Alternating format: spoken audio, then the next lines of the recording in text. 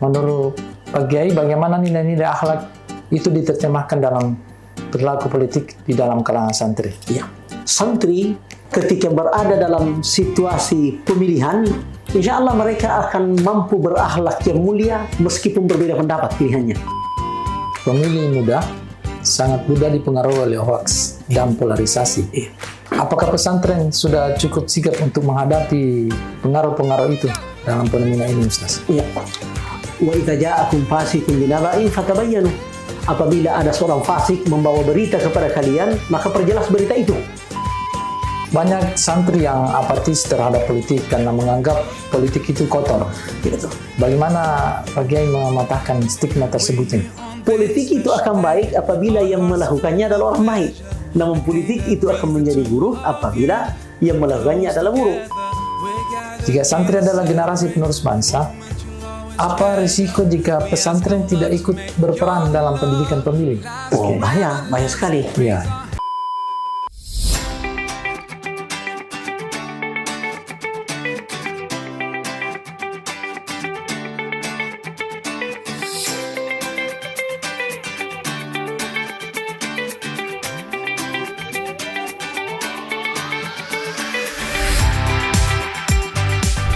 Assalamualaikum warahmatullahi wabarakatuh. Waalaikumsalam warahmatullahi wabarakatuh. Hai teman pemilih, saya Muhammad Rusman selaku host pada episode kali ini.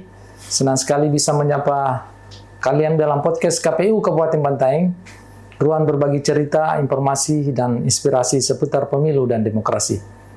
Pada episode kali ini kita akan berbincang santai tentang suatu tema yang sangat menarik, yaitu dari pesantren untuk Indonesia, pendidikan pemilih bagi santri milenial.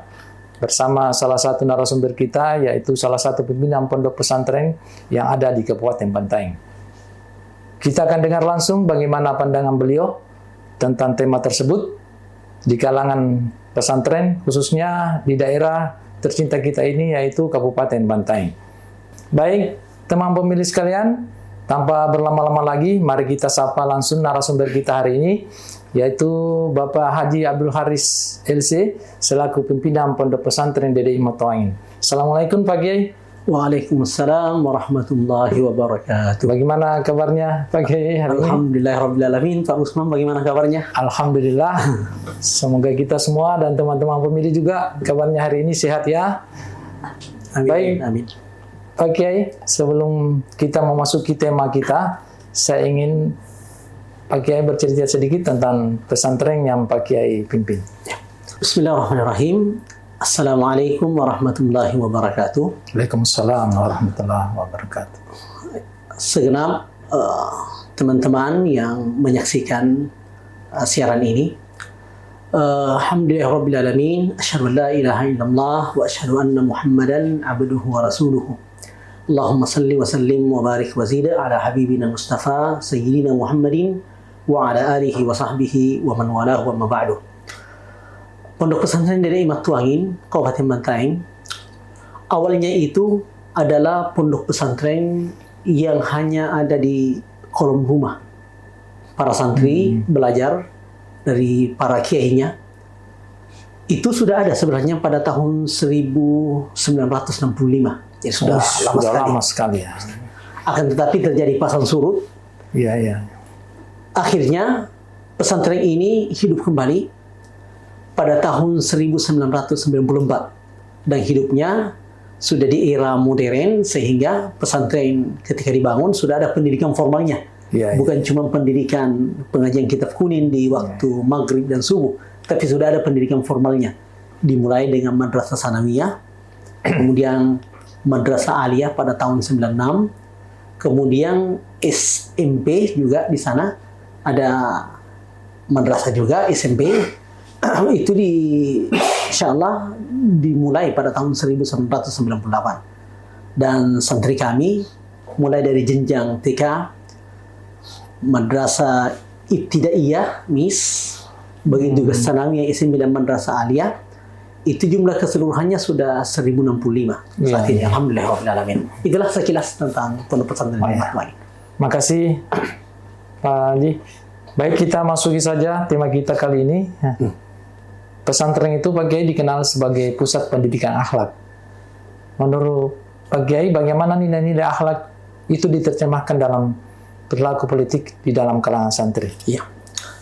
Akhlakul karimah adalah salah satu tujuan Rasulullah SAW diutus di muka bumi ini. Ya.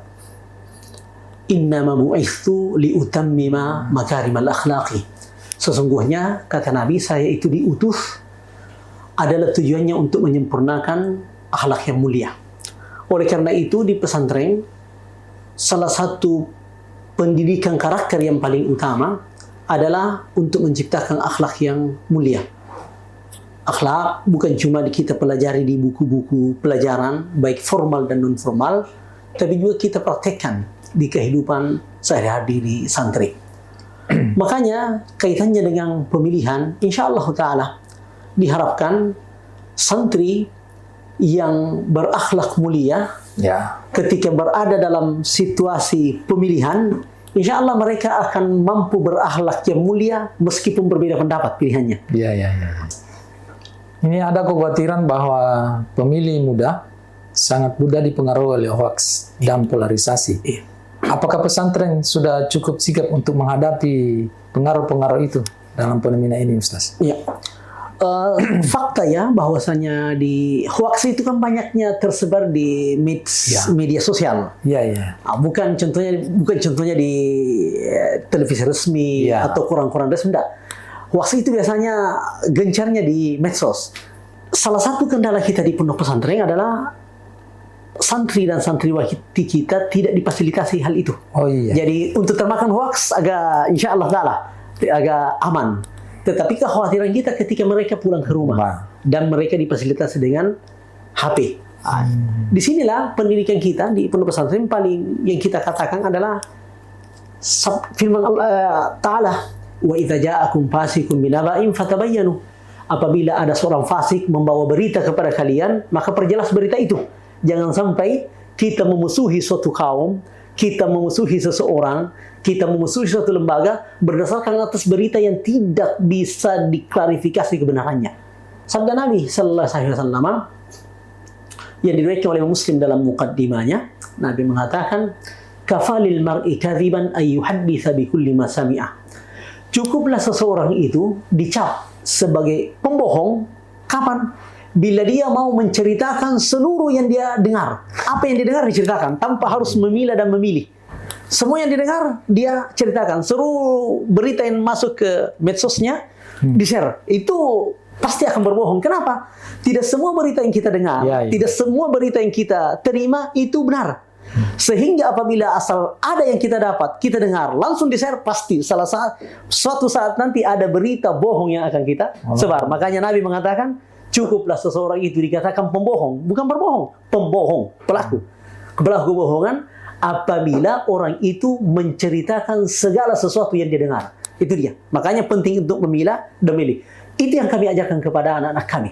Seperti dasar seperti itu. Makasih. Baik. Oke. Ini banyak santri yang apatis terhadap politik karena menganggap politik itu kotor. Ya betul. Bagaimana Pak Kiai mematahkan stigma tersebut ini? Begini. Iya betul, di tengah masyarakat mungkin berita yang mereka lihat di media informasi yang ditonjolkan itu beberapa politisi kita yang bermasalah. Nah, sehingga tertanam di otak kecil masyarakat, termasuk santri ya, bahwasanya orang politisi itu busuk. Padahal enggak. Politik itu akan baik apabila yang melakukannya adalah orang baik. Namun politik itu akan menjadi buruk apabila yang melakukannya adalah buruk. Dalam Islam sendiri ada namanya fiqh siyasi. Fiqh siyasi itu adalah siyasi itu dalam bahasa Arab adalah politik. Makanya dalam Islam itu politik itu sangat terbuka ya. Kan Nabiullah Muhammad SAW digantikan oleh Abu Bakar Siddiq dalam proses politik. Iya. Begitu juga Umar bin Khattab radhiyallahu anhu menggantikan Abu Bakar Siddiq melalui pesannya Abu Bakar bahwasanya dia menggantikan saya. Itu politik juga. Kemudian setelah itu yang menggantikan setelah itu adalah Utsman bin Affan melalui pemilihan dari nama orangnya. Nah, itu juga proses politik. Begitu yang baginda adil dan sebagainya. Kan tujuannya politik apa? Kalau demokrasi di Indonesia tujuannya apa? Agar supaya perpindahan kekuasaan itu terjadi dengan damai, bukan melalui pergolakan, bukan melalui pertumpahan darah. Itu pentingnya politik. Jadi politik sangat-sangat penting. Ini kan ya seperti kita ketahui bahwa generasi muda itu adalah generasi penerus bangsa. Sama dengan santri. Jika santri adalah generasi penerus bangsa, apa risiko jika pesantren tidak ikut berperan dalam pendidikan pemilih?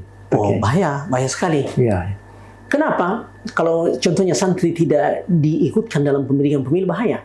Kamu gini, pemilihan demokrasi yang kita anut di Indonesia, baik legislatif ataupun eksekutif, mereka itu adalah gambaran dari masyarakat yang memilihnya. Bayangkan kalau misalnya santri abstain dalam pemilu, maka tidak ada yang mewakili suara mereka.